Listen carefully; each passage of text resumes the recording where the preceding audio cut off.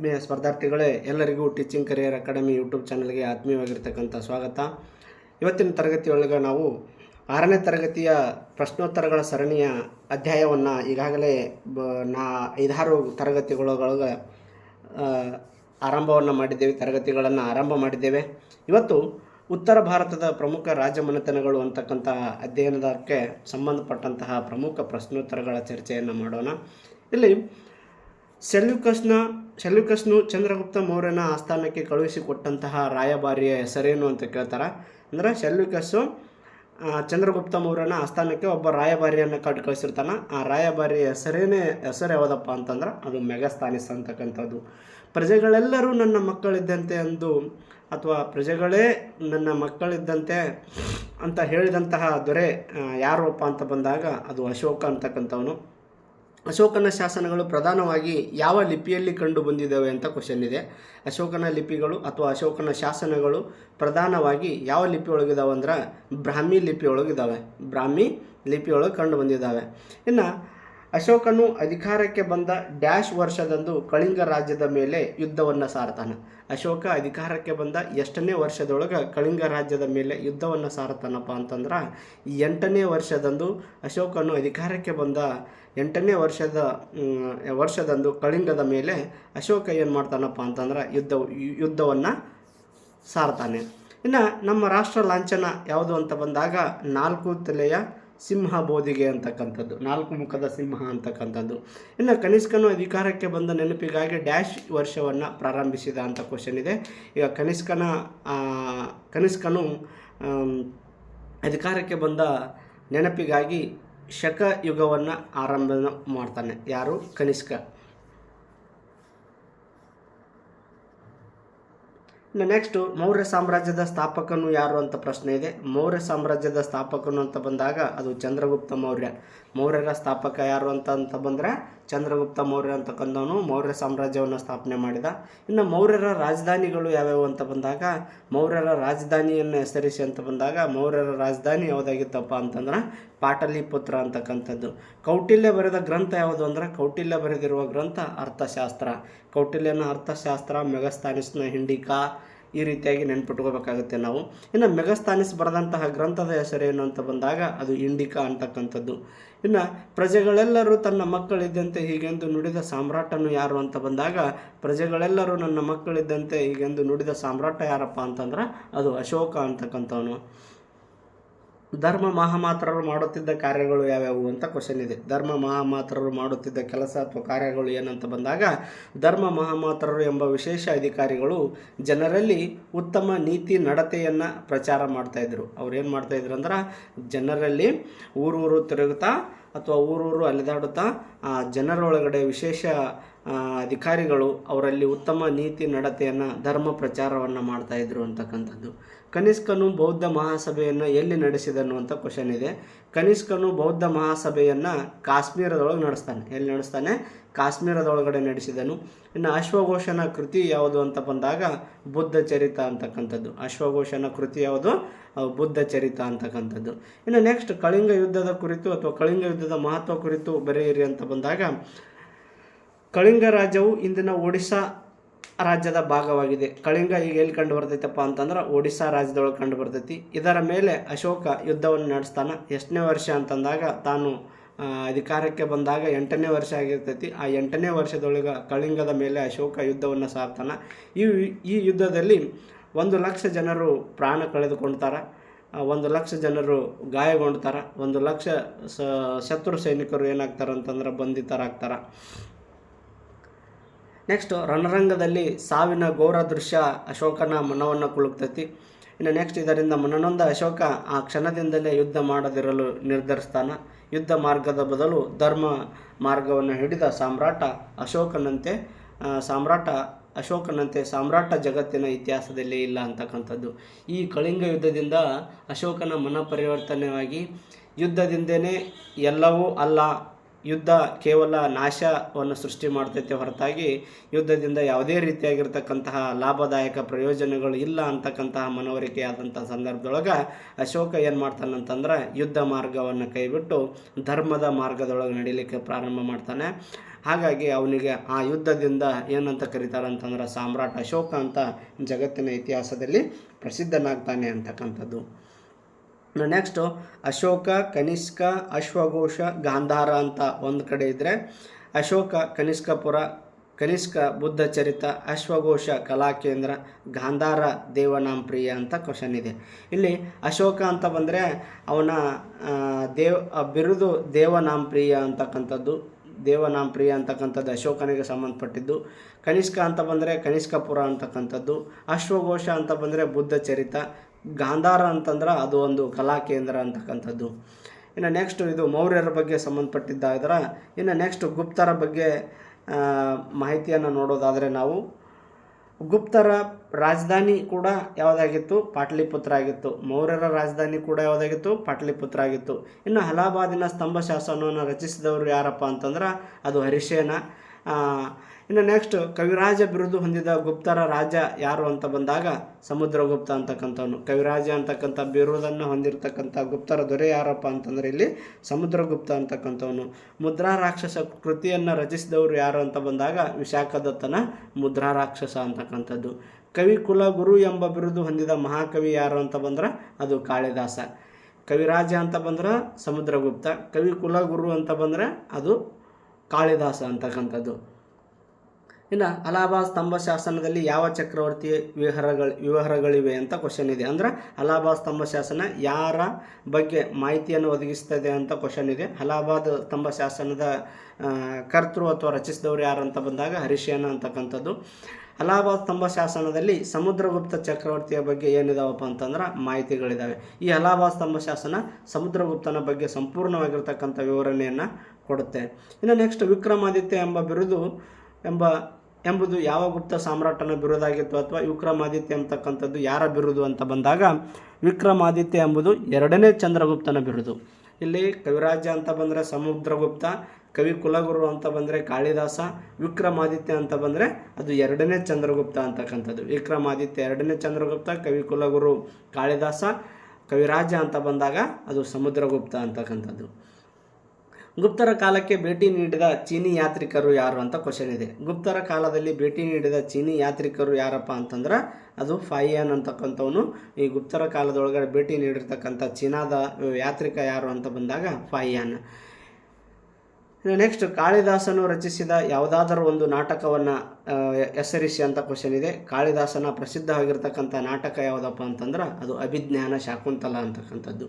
ಈ ಅಭಿಜ್ಞಾನ ಶಾಕುಂತಲ ನಾಟಕದ ಕರ್ತೃ ಯಾರು ಅಂತ ಬಂದಾಗ ಅದು ಕಾಳಿದಾಸ ಅಂತಕ್ಕಂಥವನು. ಈ ಮೃಚ್ಛಕಟಿಕ ಯಾರ ರಚಿಸಿದ ಕೃತಿಯಾಗಿದೆ ಅಂತ ಬಂದಾಗ ಮೃಚ್ಛಕಟಿಕ ಶೂದ್ರಕನು ರಚಿಸಿದ ಕೃತಿಯಾಗಿದೆ. ಮೃಚ್ಛಕಟಿಕ ಅಂತಕ್ಕಂಥದ್ದು ಶೂದ್ರಕನು ರಚಿಸಿದ ಕೃತಿಯಾಗಿದೆ.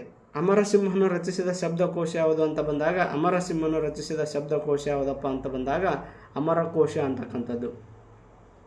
ದಮೇಕ್ ಸ್ತೂಪ ಎಲ್ಲಿದೆ ಅಂತ ಕ್ವಶನ್ ಇದೆ. ದಮೇಕ್ ಸ್ತೂಪ ಎಲ್ಲಿದೆ ಅಂತ ಬಂದಾಗ ದಮೇಕ್ ಸ್ತೂಪ ಎಲ್ಲೈತಪ್ಪ ಅಂತಂದ್ರೆ ಅದು ಸಾರಾನಾಥದೊಳಗಿದೆ. ದಮೇಕ್ ಸ್ತೂಪ ಎಲ್ಲಿದೆ? ಸಾರಾನಾಥದೊಳಗಿದೆ. ಗುಪ್ತರ ಕಾಲದ ಪ್ರಸಿದ್ಧ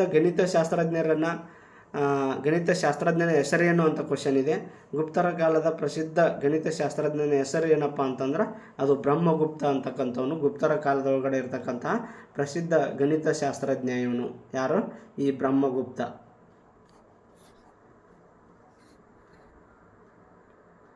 ಅಷ್ಟಾಂಗ ಹೃದಯವನ್ನು ಸಿದ್ಧಪಡಿಸಿದವರು ಯಾರು ಅಂತ ಕ್ವಶನ್ ಇದೆ. ಅಷ್ಟಾಂಗ ಹೃದಯವನ್ನು ಸಿದ್ಧಪಡಿಸಿದವರು ಯಾರಪ್ಪ ಅಂತಂದ್ರೆ ಅದು ವಾಗ್ಭಟ.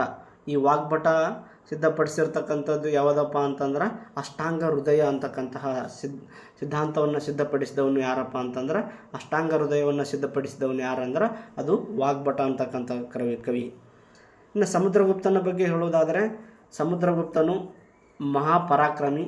ಅವನ ದಿಗ್ವಿಜಯಗಳನ್ನು ಕುರಿತು ಅಲಹಾಬಾದಿನ ಸ್ತಂಭ ಶಾಸನದ ಮೇಲೆ ಶಾಸನವೊಂದು ವಿವರಣೆಯನ್ನು ನೀಡುತ್ತೈತಿ. ಈ ಶಾಸನವನ್ನು ಸಮುದ್ರಗುಪ್ತನ ಆಸ್ಥಾನ ಕವಿಯಾಗಿರ್ತಕ್ಕಂಥ ಹರಿಶೇನ ರಚನೆಯನ್ನು ಮಾಡ್ತಾನೆ. ಈ ಹರಿಶೇನ ರಚನೆ ಮಾಡಿರ್ತಕ್ಕಂಥ ಅಲಹಾಬಾದ್ ಸ್ತಂಭ ಶಾಸನ ಪ್ರಮುಖವಾಗಿ ಸಮುದ್ರಗುಪ್ತನ ಸಾಧನೆಗಳನ್ನು ತಿಳಿಸ್ತೈತಿ. ಅದರಂತೆ ಸಮುದ್ರಗುಪ್ತನು ಉತ್ತರ ಭಾರತದ ಮೇಲೆ 9 ರಾಜರನ್ನು ಸೋಲಿಸ್ತಾನ. ದಕ್ಷಿಣ ಭಾರತದ ದಂಡಯಾತ್ರೆ ಕೈಗೊಂಡು ಸಮುದ್ರಗುಪ್ತನು ದಕ್ಷಿಣದ 12 ಮಂದಿ ರಾಜರನ್ನು ಸೋಲಿಸ್ತಾನ. ಸಮುದ್ರಗುಪ್ತನು ವಿದ್ಯಾಪೋಷಕನಾಗಿದ್ದು ಸ್ವತಃ ಕವಿ ಹಾಗೂ ವಿದ್ವಾಂಸನಾಗಿರ್ತಾನೆ ಅಥವಾ ಸಂಗೀತಗಾರನಾಗಿರ್ತಾನೆ. ಹಾಗಾಗಿ ಇವನಿಗೆ ಕವಿರಾಜ ಅಂತಕ್ಕಂಥ ಬಿರುದು ಕೂಡ ಇರ್ತೈತಿ. ಈ ಸಮುದ್ರಗುಪ್ತನು ಚಿನ್ನದ ನಾಣ್ಯಗಳು ಗುಪ್ತ ಸಾಮ್ರಾಜ್ಯದ ಶಕ್ತಿ, ಸಂಪತ್ತು ಹಾಗೂ ವೈಭವವನ್ನು ಪ್ರತಿಬಿಂಬಿಸ್ತೈತಿ ಅಂತಕ್ಕಂಥದ್ದು. ಇಲ್ಲಿ ಸಮುದ್ರಗುಪ್ತ ಅಂತ ಬಂದಾಗ ಸಮುದ್ರಗುಪ್ತ ಮಹಾಪರಾಕ್ರಮಿ ಅಂತಕ್ಕಂಥದ್ದು ನೆನ್ಪಿಟ್ಕೋಬೇಕು. ಅವನ ದಿಗ್ವಿಜಯಗಳನ್ನು ತಿಳಿಸ್ತಕ್ಕಂತಹ ಶಾಸನ ಅಂತ ಬಂದಾಗ ಅದು ಅಲಹಾಬಾದ್ ಸ್ತಂಭ ಶಾಸನ. ಆ ಅಲಹಾಬಾದ್ ಸ್ತಂಭ ಶಾಸನವನ್ನು ಅವನ ಆಸ್ಥಾನ ಕವಿಯಾಗಿರ್ತಕ್ಕಂಥ ಋಷಿಯನ್ನು ರಚನೆ ಮಾಡಿರ್ತಾನೆ. ಇವನು ಅದರಂತೆ ಉತ್ತರ ಭಾರತದ 9 ರಾಜರನ್ನು ಸೋಲಿಸ್ತಾನೆ. ದಕ್ಷಿಣ ಭಾರತದ ದಂಡಯಾತ್ರೆಯನ್ನು ಕೈಗೊಂಡ್ತಾನೆ. ಆ ದಕ್ಷಿಣ ಭಾರತದ ದಂಡಯಾತ್ರೆಯೊಳಗೆ 12 ಮಂದಿ ರಾಜರನ್ನು ಸೋಲಿಸಿದವನು ಈ ಸಮುದ್ರಗುಪ್ತ ಒಬ್ಬ ಪೋಷಕನಾಗಿರ್ತಾನೆ. ಸ್ವತಃ ಕವಿ ಮತ್ತು ವಿದ್ವಾಂಸನಾಗಿರ್ತಾನೆ. ಹಾಗಾಗಿ ಈ ಸಮುದ್ರಗುಪ್ತನಿಗೆ ಕವಿರಾಜ ಅಂತಕ್ಕಂಥ ಬಿರುದು ಇರ್ತೈತಿ. ಸಮುದ್ರಗುಪ್ತ ಚಿನ್ನದ ನಾಣ್ಯಗಳನ್ನು ಹೊರಡಿಸ್ತಾನೆ. ಆ ಚಿನ್ನದ ನಾಣ್ಯಗಳು ಆ ಗುಪ್ತ ಸಾಮ್ರಾಜ್ಯದ ಶಕ್ತಿ ಮತ್ತು ಸಂಪತ್ತು ಹಾಗೂ ವೈಭವವನ್ನು ಪ್ರತಿಬಿಂಬಿಸ್ತವೆ ಅಂತಕ್ಕಂಥದ್ದು ಹೇಳಿಕೆಯನ್ನು ಯಾರು ಕೊಡ್ತಾರೆ ಅಂತಂದ್ರೆ ಈ ಸಮುದ್ರಗುಪ್ತ ಕೊಡ್ತಾನೆ. ಇನ್ನು ನೆಕ್ಸ್ಟ್ ಸಂಸ್ಕೃತ ಸಾಹಿತ್ಯಕ್ಕೆ ಗುಪ್ತರ ಕೊಡುಗೆಗಳನ್ನು ವಿವರಿಸಿ ಅಂತ ಬಂದಾಗ ಸಂಸ್ಕೃತಕ್ಕೆ ಸಂಬಂಧಪಟ್ಟ ಹಾಗೆ ಗುಪ್ತರ ಕೊಡುಗೆಗಳು ಏನು ಅಂತ ಬಂದಾಗ ಕಾಳಿದಾಸನು ಗುಪ್ತ ಕಾಲದ ಮಹಾಕವಿ. ಕಾಳಿದಾಸ ಒಬ್ಬ ಈ ಗುಪ್ತರ ಕಾಲದೊಳಗಡೆ ಬರ್ತಕ್ಕಂಥ ಒಬ್ಬ ಪ್ರಮುಖ ಕವಿ. ಕಾಳಿದಾಸನು 4 ಕಾವ್ಯಗಳು ಮತ್ತು 3 ನಾಟಕಗಳನ್ನು ರಚಿಸಿದ್ದಾನೆ. ಅವುಗಳಲ್ಲಿ ಅಭಿಜ್ಞಾನ ಶಾಕುಂತಲ ಆತನ ಶ್ರೇಷ್ಠ ನಾಟಕ. ಇವನನ್ನು ಕವಿ ಕುಲಗುರು ಎಂಬುದಾಗಿ ಕರೆಯಲಾಗಿದೆ.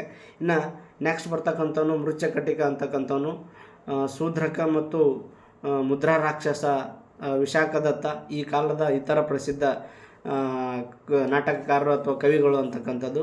ಇನ್ನು ವಿಷ್ಣು ಶರ್ಮ ಅಂತ ಬಂದಾಗ ಇದು ಇಂಪಾರ್ಟೆಂಟು. ವಿಷ್ಣು ಶರ್ಮನ ಪಂಚತಂತ್ರ ಎಂಬ ಕಥಾ ಸಂಗ್ರಹವು ಕೂಡ ಈ ಗುಪ್ತರ ಕಾಲದೊಳಗಡೆ ಇರತಕ್ಕಂಥ ಒಂದು ಪ್ರಸಿದ್ಧ ಸಾಹಿತ್ಯಿಕ ಕೊಡುಗೆ ಅಂತಕ್ಕಂಥದ್ದು. ಇನ್ನು ಅಮರಸಿಂಹನ ಅಮರಕೋಶ ಅಂತಕ್ಕಂಥದ್ದು ಕೂಡ ಇದು ಒಂದು ಶಬ್ದಕೋಶ. ಇದು ಗುಪ್ತರ ಸಾಹಿತ್ಯಕ್ಕೆ ಸಂಬಂಧಪಟ್ಟಿರ್ತಕ್ಕಂಥ ಒಂದು ಪ್ರಮುಖವಾಗಿರ್ತಕ್ಕಂಥ ಕೊಡುಗೆ ಅಂತಕ್ಕಂಥದ್ದು. ಇನ್ನು ಕವಿರಾಜ, ವಿಕ್ರಮಾದಿತ್ಯ, ಫಾಹಿಯಾನ, ಮೆಹರೌಲಿ, ವರಾಹಮಿಹಿರ ಅಂತ ಇದೆ. ಇನ್ನು ಕವಿರಾಜನ ಮುಂದೆ ಏನಿದೆ, ಗೋಕೋಕಿ ಇದೆ. ವಿಕ್ರಮಾದಿತ್ಯ ಅಂತ ಬಂದಾಗ ಖಗೋಳಶಾಸ್ತ್ರಜ್ಞ ಅಂತ ಇದೆ. ಫಾಹಿಯಾನ ಅಂತ ಬಂದಾಗ ಸಮುದ್ರಗುಪ್ತ ಅಂತ ಇದೆ. ಮೆಹರೌಲಿ ಅಂತ ಬಂದರೆ 2ನೇ ಚಂದ್ರಗುಪ್ತ ಇದೆ. ನೆಕ್ಸ್ಟ್ ವರಾಹಮಿಹಿರ ಅಂತ ಬಂದಾಗ ಕಬ್ಬಿಣದ ಸ್ತಂಭ ಅಂತ ಇದೆ. ಇಲ್ಲಿ ಕವಿರಾಜ್ಯ ಅಂತ ಬಂದಾಗ ಆ ಕವಿರಾಜ್ಯ ಅಂತಕ್ಕಂಥದ್ದು ಯಾರ ಬಿರುದಾಗಿತ್ತಪ್ಪ ಅಂತಂದ್ರೆ ಕವಿರಾಜ್ಯ ಅಂತಕ್ಕಂಥದ್ದು ಸಮುದ್ರಗುಪ್ತನ ಬಿರುದಾಗಿತ್ತು. ಇನ್ನು ವಿಕ್ರಮಾದಿತ್ಯ ಅಂತ ಬಂದಾಗ 2ನೇ ಚಂದ್ರಗುಪ್ತನ ಬಿರುದಾಗಿತ್ತು. ಫಾಹಿಯಾನ ಅಂತಕ್ಕಂಥದ್ದು ಅದು ಗೋಕೋಕಿ ಅಂತಕ್ಕಂಥ ಕೃತಿಯನ್ನು ರಚನೆ ಮಾಡ್ತಾನೆ. ಈ ಮೆಹರೌಲಿ ಅಂತಕ್ಕಂಥದ್ದು ಒಂದು ಕಬ್ಬಿಣದ ಸ್ತಂಭ. ಇನ್ನು ವರಾಹಮಿಹಿರ ಅಂತ ಬಂದಾಗ ಒಬ್ಬ ಪ್ರಮುಖ ಗುಪ್ತರ ಕಾಲದೊಳಗಡೆ ಇರತಕ್ಕಂಥ ಖಗೋಳಶಾಸ್ತ್ರಜ್ಞ ಅಂತಕ್ಕಂಥದ್ದು.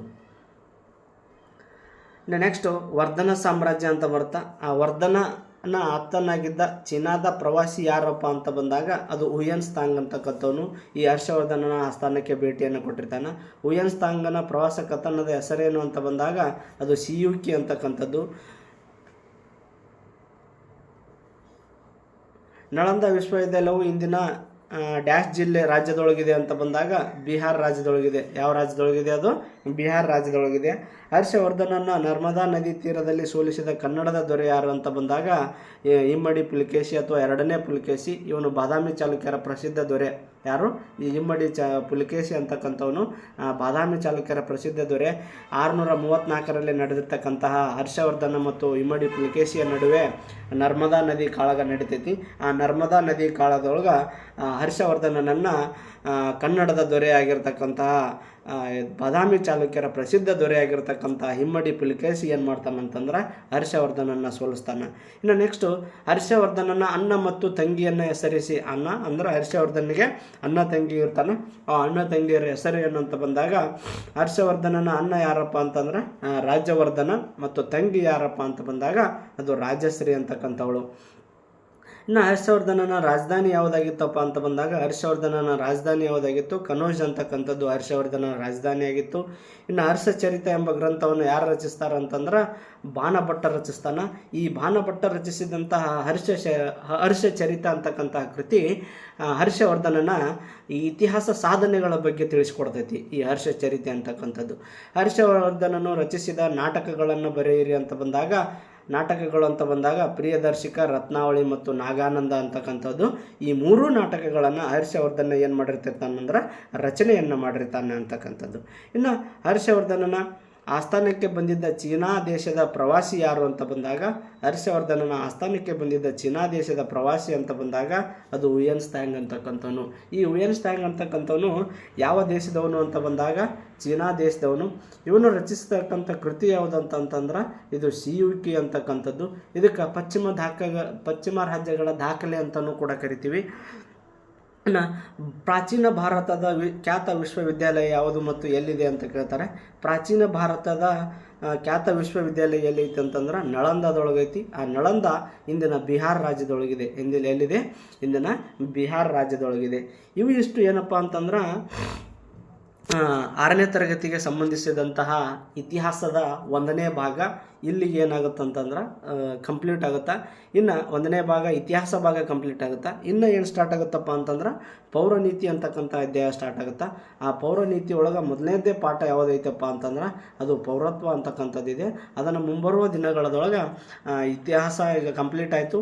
ಅದೇ ರೀತಿಯಾಗಿ 1ನೇ ಭಾಗದ ಪೌರನೀತಿಯನ್ನು ಕಂಪ್ಲೀಟ್ ಮಾಡೋಣ. ಅದಾದ ನಂತರ ಭೂಗೋಳ ಶಾಸ್ತ್ರವನ್ನು ಕಂಪ್ಲೀಟ್ ಮಾಡೋಣ. ಇದೇ ರೀತಿಯಾಗಿರ್ತಕ್ಕಂತಹ 6ನೇ ತರಗತಿಗೆ ಸಂಬಂಧಪಟ್ಟಂಥ ಎಲ್ಲ ವಿಭಾಗದ ಪ್ರಶ್ನೋತ್ತರಗಳನ್ನು ಚರ್ಚೆ ಮಾಡೋಣ ಅಂತ ಹೇಳ್ತಾ ಇವತ್ತಿನ ತರಗತಿಯನ್ನು ಇಲ್ಲಿಗೆ ಮುಗಿಸೋಣ ಅಂತ ಹೇಳ್ತಾ